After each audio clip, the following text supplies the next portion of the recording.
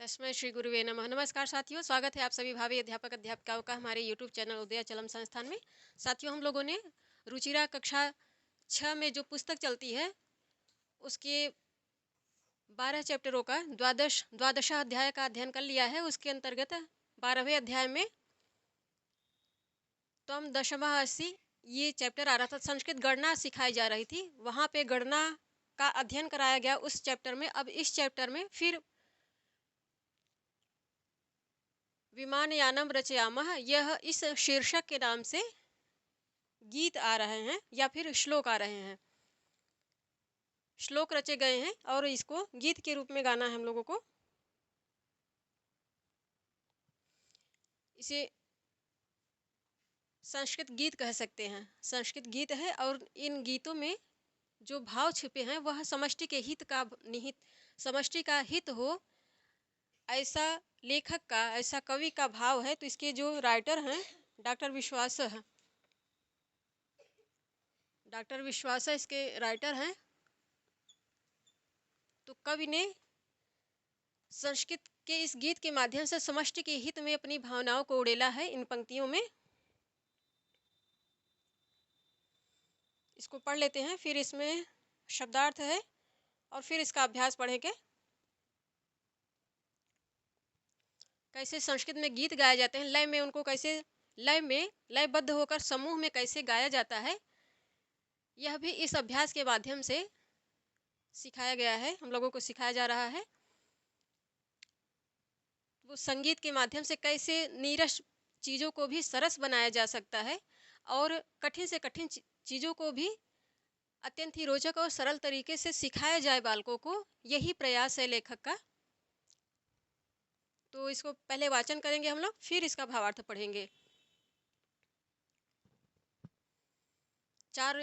इनको जो पंक्तियां हैं इनको स्टेंजा कहेंगे। संस्कृत गीत है तो इनको स्टेंजा कहेंगे। स्टेंजा, एक स्टेंजा, ये पहला स्टेंजा हो गया, ये दूसरा स्टेंजा, या फिर इनको अंतरा भी आप कह सकते हैं। हिंदी में अंतरा कहेंगे और इंग्लिश में इसको स्टेंजा कहते हैं। तो ये पहला स्टेंजा हो गया, ये दूसरा, ये तीसरा और ये चौथा।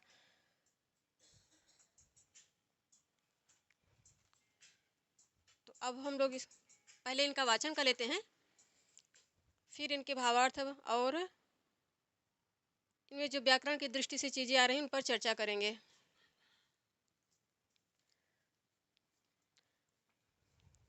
मैं गा रही हूँ, आप लोग भी साथ में गाइएगा।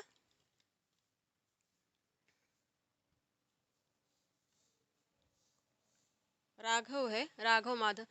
राघव माधव सीते ललिते विमानयानं रचयामः, नीले गगने विपुले विमले वायुविहारं करवामः, वायुविहारं करवामः।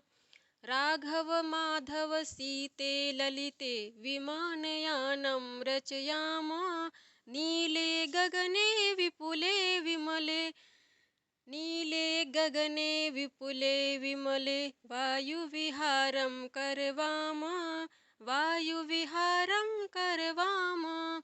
उन्नतवृक्षं तुंगं भवनं क्रान्त्वाकाशं खलु यामः, कृत्वा हिमवन्तं सोपानं चन्दिरलोकं प्रविशामः, चन्दिरलोकं प्रविशामः, चन्दिरलोकं प्रविशामः, चन्दिरलोकं प्रविशामः।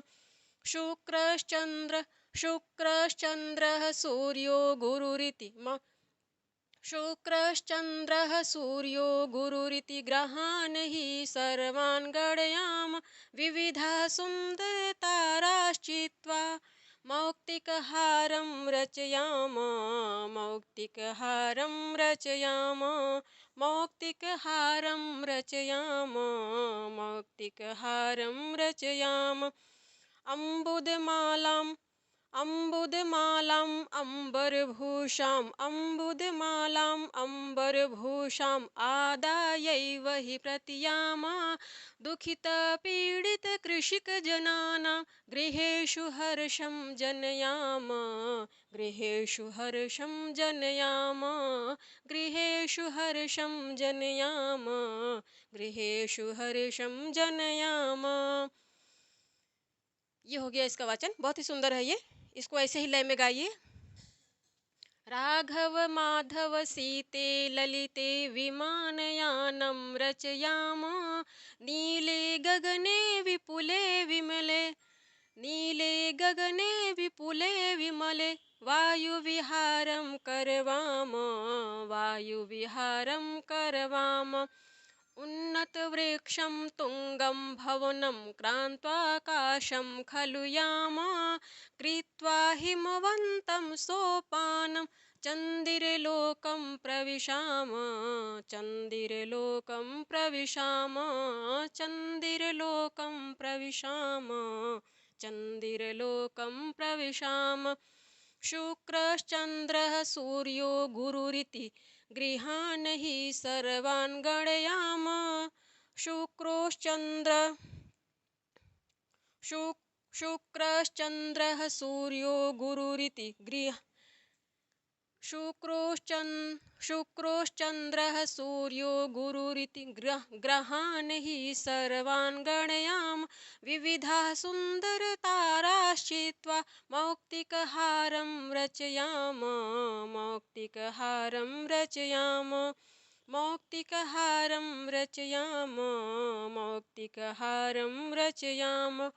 अम्बुदमालाम् अम्बरभूषाम् आदायैव हि प्रतियाम, दुःखितपीडितकृषिकजनानां गृहेषु हर्षं जनयाम, गृहेषु हर्षं जनयाम, गृहेषु हर्षं जनयाम, गृहेषु हर्षं जनयाम। ये हो गया इसका वाचन। ऐसे ही आप लोग भी गाइए, बहुत ही सुंदर है ये, लय में गाया जा सकता है इसको। तो यहाँ पे लेखक कवि क्या कह रहा है, राघव माधव सीते ललिते, ये बच्चों के नाम है। हे राघव, राघव यहाँ पे संबोधन किया जा रहा है। हे राघव, हे माधव, हे सीते, हे ललिते, आओ आओ हम सब मिलकर विमान, विमान की रचना, विमान यानम, विमान यानम कोई भी यान है तो यान है जो आकाश में उड़ रहा है, जो रोड पे चलता है धरती पे उसको रोडवेज, वायु इसको रेलवेज, वायु रोडवेज इत्यादि। तो ये विमान, विमान है जो वायुयान या आकाश में ये उड़ा करता है, इसलिए इसको विमानयान कर रहे हैं। तो राघव माधव सीता ललिता आओ, हे राघव, हे माधव, हे सीता, हे ललिता, आओ हम सब मिलकर विमान, विमान क्या है, विमान या हवाई, आओ हम सब मिलकर हवाई जहाज की रचना करते हैं, विमानयानम, आओ हम सब मिलकर हवाई जहाज को बनाते हैं। विमानयानम क्या है, ये यानम है, नपुंसक लिंग है, नपुंसक लिंग में है ये यानम। तो आओ हम सब मिलकर विमान को बनाते हैं, तो ये उस भावार्थ के अनुसार ये नपुंसक लिंग में है, द्वितीय एकवचन में बनेगा। आओ हम सब मिलकर विमान को बनाते हैं, रचयाम, ये सब अपने लिए कह रहे हैं, कर्ता बहुवचन में है, कर्ता उत्तम पुरुष बहुवचन में है तो क्रिया भी उत्तम पुरुष बहुवचन में आ रही है। नीले गगने विपुले विमले, नीले गगने अर्थात आकाश का रंग जो होता है वो नीला होता है, तो कह रहे हैं नीले गगने। और यहाँ पे नीले में सप्तमी विभक्ति एक वचन, सप्तमी एक वचन, गगने में भी सप्तमी एक वचन, विपुले में भी सप्तमी एक वचन, ये सारे सप्तमी अंत है, सप्तमी एक वचन में है। तो नीले गगने, नीले आकाश में, विपुल माने विस्तृत, विस्तृत, यहाँ पे शब्दार्थ भी दिया गया है विस्तृत, नीले आकाश में, गगन माने आकाश होता, नीले और विस्तृत, नीले विस्तृत और निर्मल आकाश में, विमल का अर्थ होता है निर्मल, विमलः विगतः, विगतः मलः, यस्य अर्थात जिसका मल निकल गया है, जो निकल गया है, निकलना या निकर गया है, निकलना भी हिंदी में उसको, ग्रामीण भाषा में उसको निकलना कहते हैं, निकर गया या निकर गए या फिर निकलना कहेंगे। तो जिसका मल निकल गया है उसको विमल कहेंगे। तो निर्मल अर्थात मल रहित, मल रहित विस्तृत, नीले आकाश में मल रहित विस्तृत, नीले, मल रहित विस्तृत और नीले आकाश में हम लोग वायु विहार करें। वायु विहार, वायु विहार अर्थात वायु यात्रा, वायु यात्रा, जैसे जल यात्रा होती है, जल विहार नौका विहार किया जाता है, वैसे ही विमान के माध्यम से हम लोग वायु विहार करेंगे, अर्थात आकाश में यात्रा करेंगे। वायु विहारम करवाम, आओ हम सब निर्मल, विस्तृत और नीले आकाश में हवा वायु विहार या आकाश की यात्रा करें, या आकाश की यात्रा करें या आकाश में यात्रा करें। सप्तमी अंत है, बहुवचन में आ रहा है, सप्तमी एक वचन में आ रहा है तो आधार के अर्थ में आ रहा है, तो कहेंगे कि विस्तृत निर्मल अर्थात मल रहित, विस्तृत नीले आकाश में हम लोग विहार करें, घूमें, टहलें या फिर आकाश की यात्रा करें।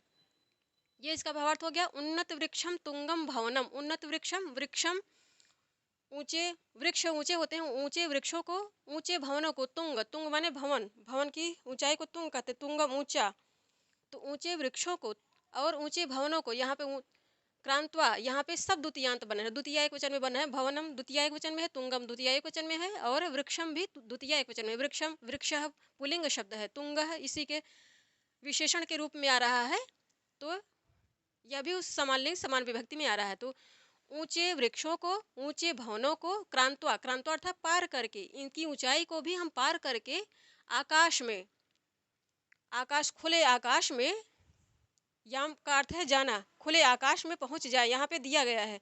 आओ हम सब ऊंचे वृक्षों को, ऊंचे भवनों को पार करके, क्रांतवा का अर्थ है पार करके, पार करके आकाश में, यहाँ के खलु, खलु अव्यय है और ये निश्चय के अर्थ में आता है। ऊंचे वृक्षों को, ऊंचे भवनों को पार करके हम निश्चय ही, निश्चय या यह स्थिरता या निश्चय के अर्थ में ही आया करता है ये। हम ऊंचे भवनों, ऊंचे वृक्षों को पार करके उनकी ऊंचाई को भी क्रॉस करके उससे आगे जाकर आकाश में चलें। याम, याम का अर्थ है चलें, कर्ता उत्तम पुरुष बहुवचन में है तो इसीलिए क्रिया भी याम, आओ हम सब चलें। कृत्वा हिमवंतम सोपानम, कृत्वा हिमवंतम चंदिरलोकम प्रविशाम, कृत्वा हिमवंतम सोपान, तो हिमवंत क्या है, हिमवंत हिमवंतम सोपानम तो बर्फ की सीढ़ी, बर्फ की सीढ़ी, हिमवंतम सोपानम, बर्फ की सीढ़ी, बर्फ को सीढ़ी के रूप में बनाकर, बर्फ की सीढ़ी को बनाकर हिमवंतम क्या है, तो हिमवंतम यहाँ पे द्वितीयांत बनेगा। बर्फ की सीढ़ी को, बर्फ की, यहाँ पे सोपान का अर्थ है सीढ़ी, हिमवंत बर्फ कहते हैं, तो बर्फ की सीढ़ी को, कृत्वा का अर्थ है बनाकर, अक्त्वा प्रत्यय लग रहा है, बर्फ की सीढ़ी को बनाकर, ये दोनों ही द्वितीयांतर हैं, द्वितीय एक वचन में आ रहा है। बर्फ की सीढ़ी को बनाकर चंद्रमा, चंद्रलोक में प्रवेश कर जाएं, हम सब प्रवेश कर जाएं। प्रविशामा, ये भी उत्तम पुरुष बहुवचन में क्रिया आ रही है, चंद्रलोक को पहुंच जाएं, चंद्रलोक को प्रवेश कर जाएं, ये भी द्वितीयांत बन रहा है। शुक्र चंद्र सूर्यो गुरु, गुरु हो, गुरु इसको तोड़ेंगे बनेगा गुरु प्लस इति, शुक्र, शुक्र ये जो ग्रह है, शुक्र और चंद्रमा, शुक्र चंद्रमा सूर्य गुरु, ये शुक्र ग्रह है, चंद्रमा की बात कर रहे हैं, सूर्य और गुरु ये ग्रहान ही सर्वान गणयाम, शुक्र में, शुक्र को चंद्रमा, शुक्र चंद्रमा सूर्य और गुरु, इन सब ग्रहों को, ग्रहान क्या है, ग्रहान ये द्वितीय बहुवचन में है, पुल्लिंग में है, इन सब ग्रहों को निश्चय ही, इन सभी शुक्र चंद्रमा सूर्य गुरु, इस प्रकार इन ग्रहों को, इन सभी ग्रहों को निश्चय ही, या इन सभी ग्रहों को गिने, गणयाम गिने, हम लोग गिने, गणना करें, वहां पहुंचकर, कहाँ पे, चंद्रलोक में पहुंचकर, आकाश के पार बर्फ की सीढ़ी बनाकर चंद्रलोक में प्रवेश कर जाएं, फिर चंद्रलोक से, यह कल्पना करा है कवि की, शुक्र चंद्रमा सूर्य गुरु इन सभी ग्रहों को गिने, हम गिने, गणना करें इनकी। विविधा सुंदरताराश्चित्वा मौक्तिकहारम रचयाम, बहुत सुंदर यहाँ पे कल्पना कर रहे हैं कि विविध जो सुंदर सुंदर तारे हैं, टिमटिमाते हैं, धरती से जब हम लोग देखते हैं तो कितने सुंदर दिखते हैं, टिम टिम टिम टिम करते हैं और लगता है जैसे बुझ रहे हैं जल रहे हैं, बुझ रहे हैं जल रहे हैं, और उनकी जो पीली पीली रोशनी है बेहद ही सुंदर लगती है जब काली रात में उसको देखा जाता है। तो कवि ये कल्पना कर रहा है कि उन पीले पीले जो वो मोती तो हैं किंतु पीले रंग में है। उन पीले मोतियों को इकट्ठा करके विविधा सुंदर तारा चित्वा, विविध आकाश में जो सुंदर मोती के रूप में तारे फैले हुए हैं उन सब को चुन लें, उन सबको पकड़ पकड़ के चुन लें, अर्थात ये अपने झोली में या कपड़े की झोली होती है, या फिर जैसे आंचल होता है, कहते हैं आंचल पसार लो, आंचल पसार के भर लो आंचल, तो वैसे ही उस झोली में भर लें और फिर उन सभी तारों को गूंथ के सुई तागे से गूंथ कर हार बनाएं और हार बनाकर उनको अपने पास रखें या फिर उनको धारण करें। विविधा सुंदर तारा शित्वा मौक्तिक हारम रचयामा, विविध सुंदर आकाश में सुंदर सुंदर तारों को चुनकर उनको उनका चयन कर करके पकड़ पकड़ के जैसे फूलों को चुनते हैं वैसे ही उनको चुन चुन कर मोती का हार बना डालें, मोती का हार बना लें। अब फिर यहाँ पे कवि क्या कल्पना कर रहा है कि अम्बुद मालम अंबर भूषम, अम्बुद मालम, यहाँ अम्बुद मालम क्या दे रहे हैं, बादलों की माला को, बादलों की माला को और मोतियों के हार को, अम्बुद मालम बादलों की माला को, अंबर भूषम, अंबर भूषम तो ये आकाश की शोभा को, बादलों की माला को, आकाश की शोभा को लेकर, आदाय आदाय एवं लेकर ही वापस आए। तो ये किसके लिए है, बादलों की माला और आकाश की शोभा। आकाश की शोभा क्या है, बादल, बादल हैं, बदली हैं, जब घेरे रहती हैं तो उसका नीलापन और भी सुंदर लगने लगता है। जो आकाश का नीलापन है, उसका विस्तार है, वह और भी सुंदर लगता है। जब बादल चला करते लगता है कि जैसे वो टहल रहे हैं और विविध आकार धारण कर लेते हैं, चलते समय विविध आकार धारण कर लेते हैं, हवा का वेग पाते हैं तो और भी उनके आकार में परिवर्तन होता है बार बार। तो कभी पहाड़ का रूप बना लेते हैं, कभी वृक्ष का रूप बना लेते हैं, कभी शेर बन जाते हैं, कभी बाघ बन जाते हैं, कभी राक्षस बन जाते हैं। तो विविध जो रूप धारण करते हैं उसी की यहाँ पे कवि कल्पना कर रहा है। तो यह बादल किसके काम का है, तो बादल किसानों के काम का है। बादल बरसेगा तो कृषि लहलहाएगी, कृषि लहलहाएगी तो किसान के घर में खुशी आएगी।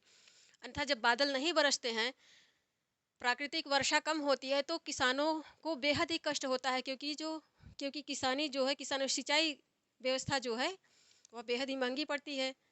वैसे ही कृषि घाटे का सौदा है। तो इसीलिए कवि यहाँ कल्पना कर रहा है कि इसी प्रकार बादलों की जो आकाश की शोभा रूप जो बादल हैं, उन बादलों की मालाओं को लेकर हम वापस आएं, ताकि वो बादल की मालाएं वृष्टि करें। तो किसानों का जो वो अर्थाभाव, सिंचाई न होने के कारण या फिर कम सिंचाई होने के कारण, महंगी सिंचाई होने के कारण जो उन्हें जो आर्थिक तनाव या फिर आर्थिक कमी के कारण उनकी कमर सी टूट जाती है, वह बच जाए, उस यातना से वो बच जाएं, उस दुख और उस पीड़ा से वो बच जाएं। तो वृष्टि अच्छी होगी तो फसल लहलहाएगी, किसान खुश होंगे, क्योंकि उनको सिंचाई पे उतना अर्थ व्यय नहीं करना पड़ेगा, न उसके लिए चिंता करनी पड़ेगी। यदि बादल बराबर बरसते रहेंगे तो फिर खेती भी बहुत अच्छी लहलहाएगी, किसान भी खुश रहेंगे, पैदावार अच्छी होगी, उनके भी घरों में खुशी आएगी, वो भी खुश रह सकेंगे। जो उनके जीवन कहा जाता है कि सुख और चैन उनसे दूर रहता है, ऐसा नहीं होगा, उनके भी जीवन में सुख और चैन आएगा। तो हम लोग आकाश के शोभा रूप बादलों की माला को पकड़ के उनको लेकर ही यहाँ पे निश्चय है। तो उन आकाश की शोभा को, बादलों की माला को लेकर ही हम वापस आएंगे तो क्या होगा, दुखित पीड़ित कृषिक जनानाम, दुखित, ये भी द्वितीयांत मालाम है, आकारांत है, स्त्रीलिंग है, टाप प्रत्यय लग रहा है इसमें भी। इसलिए जब रमा रमे रमा रमाम रमाम रमे रमा तो द्वितीय एकवचन में, ये भी द्वितीय एकवचन बना, ये भी द्वितीय एकवचन में, ये ही अव्यय है। आदाय प्लस एव, यहाँ आदाय प्लस एव संधि हो रही तो आदाय यही हो रहा है, ये एव अव्यय है, ये भी अव्यय है, ये भी अव्यय है। प्रतियाम वापस आएंगे, प्रतियाम याम कर्ता उत्तम पुरुष में है, इसलिए क्रिया भी उत्तम पुरुष बहुवचन में है। तो हम लोग आकाश के शोभा स्वरूप, आकाश की शोभा को, बादलों की माला को लेकर ही वापस आएंगे भी आप भाव के अनुसार कविता के भाव में कह सकते हैं, वह गलती नहीं होगी। या फिर भावार्थ समझाते समय आप ऐसा कह सकते हैं, उसको गलत नहीं माना जाएगा। फिर भी आप कहें कि हम उसको आकाश की अंबर भूषाम कह रहे हैं। तो आकाश की शोभा को, बादलों की माला को लेकर ही वापस आएं, ताकि तब इससे क्या होगा, दुखित और पीड़ित, दुख में जीवन व्यतीत करने वाले, विभिन्न प्रकार के अभाव की पीड़ा से पीड़ा भोगने वाले जो किसान लोग हैं कि कृषक जनानम जनानम पुल्लिंग में है और षष्ठी बहुवचन में बना है, तो जो किसान जन है उनकी उनकी जो पीड़ा है वह दुख है दूर होगा। क्यों? क्योंकि बादल जब हम लोग लेके आएंगे तो बादल वृष्टि करेंगे, प्रभुत मात्रा में वृष्टि करेंगे तो फसल अच्छी होगी, खेतों में फसल लहलहाएगी और फसल अच्छी हो, पैदावार अच्छी होगी तो किसानों का जो अर्थाभाव है वो दूर होगा, उनके घर भी खुशहाली आएगी। तो इस प्रकार हम उनका इसी माध्यम से यह कवि कल्पना करता है कि इसी माध्यम से हम उन पीड़ित जनों की मदद कर पाएंगे, उन उनके जीवन में थोड़ी सी खुशियाँ ले आ पाएंगे अपने प्रयास से। तो इससे हमें भी खुशी होगी उनको खुश देखकर, और उनके जीवन में भी जो त्रासदी है, पीड़ा है, अर्थाभाव है इत्यादि अभाव दूर होंगे, उनके भी जीवन में थोड़ा सा सुख आएगा। तो यही कवि की कल्पना है, बहुत सुंदर कल्पना कर रहे हैं। तो ये संस्कृत गीत है, एक प्रकार से इसको गीत के रूप में गाना है और यही इसका भावार्थ है। अब इसमें जो शब्दार्थ है, शब्दार्थ पढ़ लेते हैं इसी फाइल में।